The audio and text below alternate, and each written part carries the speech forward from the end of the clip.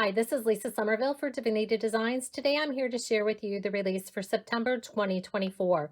This month we are releasing one stamp set and 3 custom dies.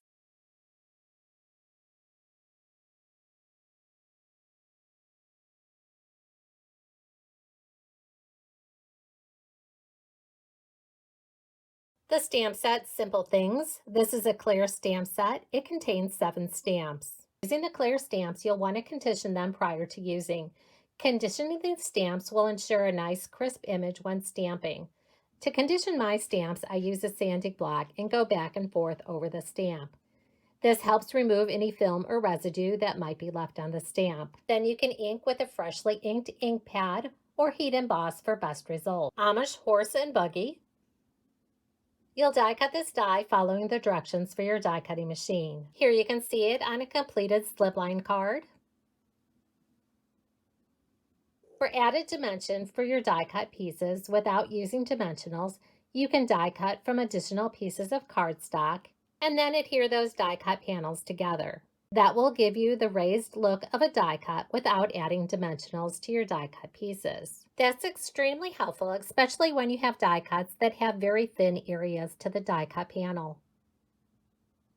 The next die is the Quilted Carpenter's Wheel die. This die measures 3 7/8 by 3 7/8 and can be used on both our A2 and square card base with layer die sets. And here you can see it on a completed A2 card. You'll die cut and emboss this die following the directions for your die cutting machine. Embossing the die will bring out the details of the die. Anytime you see 2 shades of purple on the packaging or the web image, that does indicate that you should emboss your die for best results. You can die cut and emboss this die from multiple pieces of cardstock or pattern paper to create different designs. After die cutting and embossing and removing the die cut panel from the die, you'll end up with a frame panel, and all those die cut and embossed pieces will fall from within the opening of the die cut panel.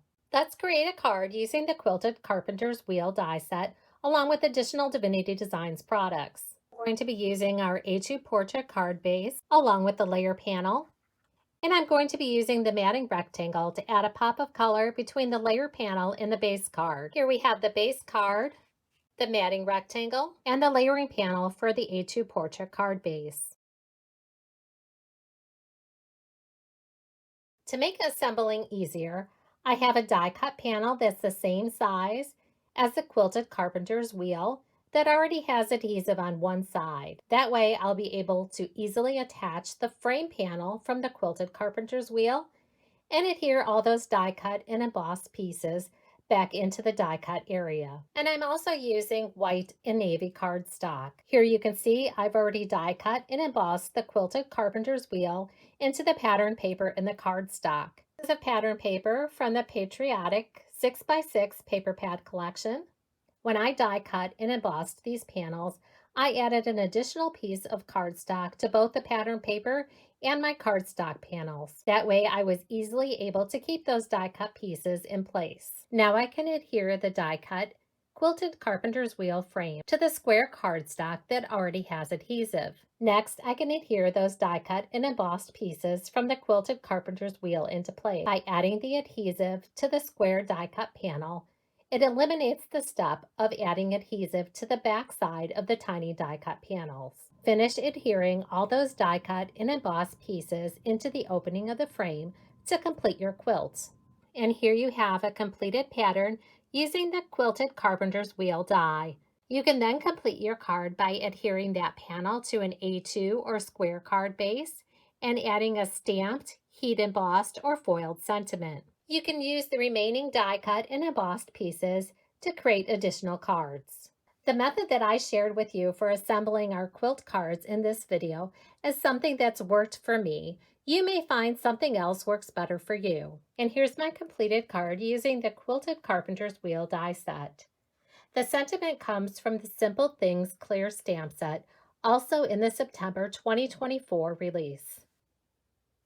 Again, the Quilted Carpenter's Wheel die set can be used on both our A2 and square card bases. And the last die is the Fractured Quilt background die. This is a set of 6.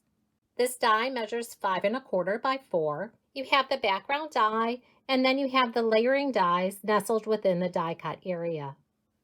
And here you can see this die set on some completed cards along with additional Divinity Designs products.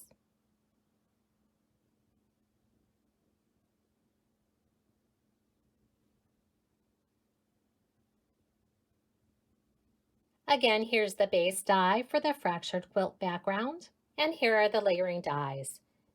You can die cut the base die from cardstock or pattern paper. When using the layering panels, you'll want to die cut and emboss these dies.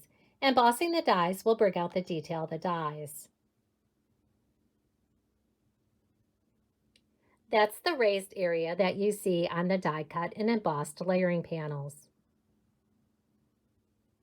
When using this die set, you can die cut the background and the layer panels separately. When I die cut this die for my cards, I die cut both the layers and the background for the die together at the same time, and then I emboss the die. By die cutting and embossing the background and the layering panels at the same time, it ensures that all of your pattern papers are going to line up. This is especially helpful if you're going to be using any of the strips as layering panels like you see on this card here. So now that I've added removable tape to the die, I can go ahead and die cut and emboss following the directions from my die cutting machine. Again, that's just something that worked well for me when using the fractured quilt background die. When die cutting the frame from the fractured quilt background, you're going to end up with the die cut pieces that you see here. If you wanted to create using the fractured quilt background and you wanted all of the strips to be black like you see on this card here, you can simply die cut through two pieces of cardstock at the same time. That will help adhere those pieces so that they remain in place of the die cut area. On this card here, you can see that the strips for the fractured quilt background are black, the same as the background area of the die cut. Here you can see those die cut strips are left in place. Another example using papers from that same paper pad. Here's yet another sample. Here's another sample using those same papers. And yet another example. This time I have 4 black strips and 4 strips using the pattern paper. Again, here's the fractured quilt background. And here you can see I've adhered the die cut and embossed layering panels. And here I have the die cut strips that I'm going to adhere back into the opening of the die cut background panel. Here you can see that fractured quilt background on an A2 portrait card. And here you can see the matting rectangle adds a pop of color between the fractured quilt background and the A2 portrait card base. I'm going to adhere those panels together, and then I'm going to use adhesive to adhere those strips back into place in the opening of the die cut panel. And here's a tip on how I created my background using the fractured quilt background die. And here you can see the fractured quilt background with the addition of the die cut and embossed layering panels.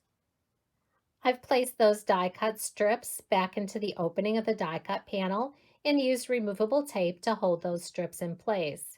That ensures that that border remains straight on the background die cut panel. Then I can flip that panel over and use adhesive on the back side and adhere to the base card.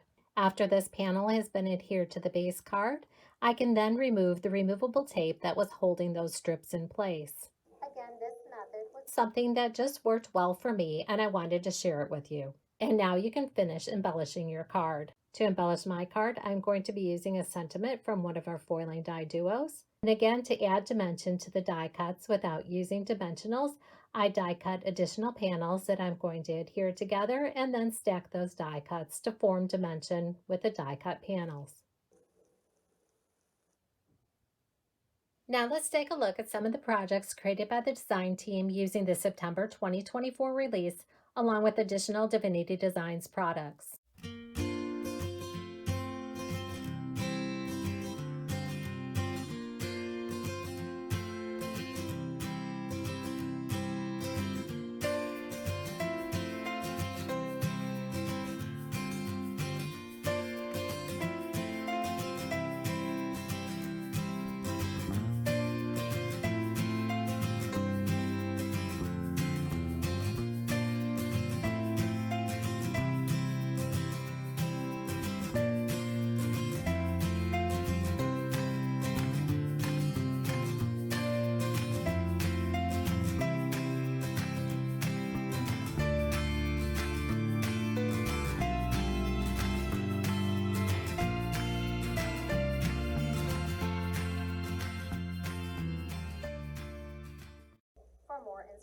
Using these and additional Divinity Designs products, visit the product pages on our website, like us on Facebook, or follow us on Instagram.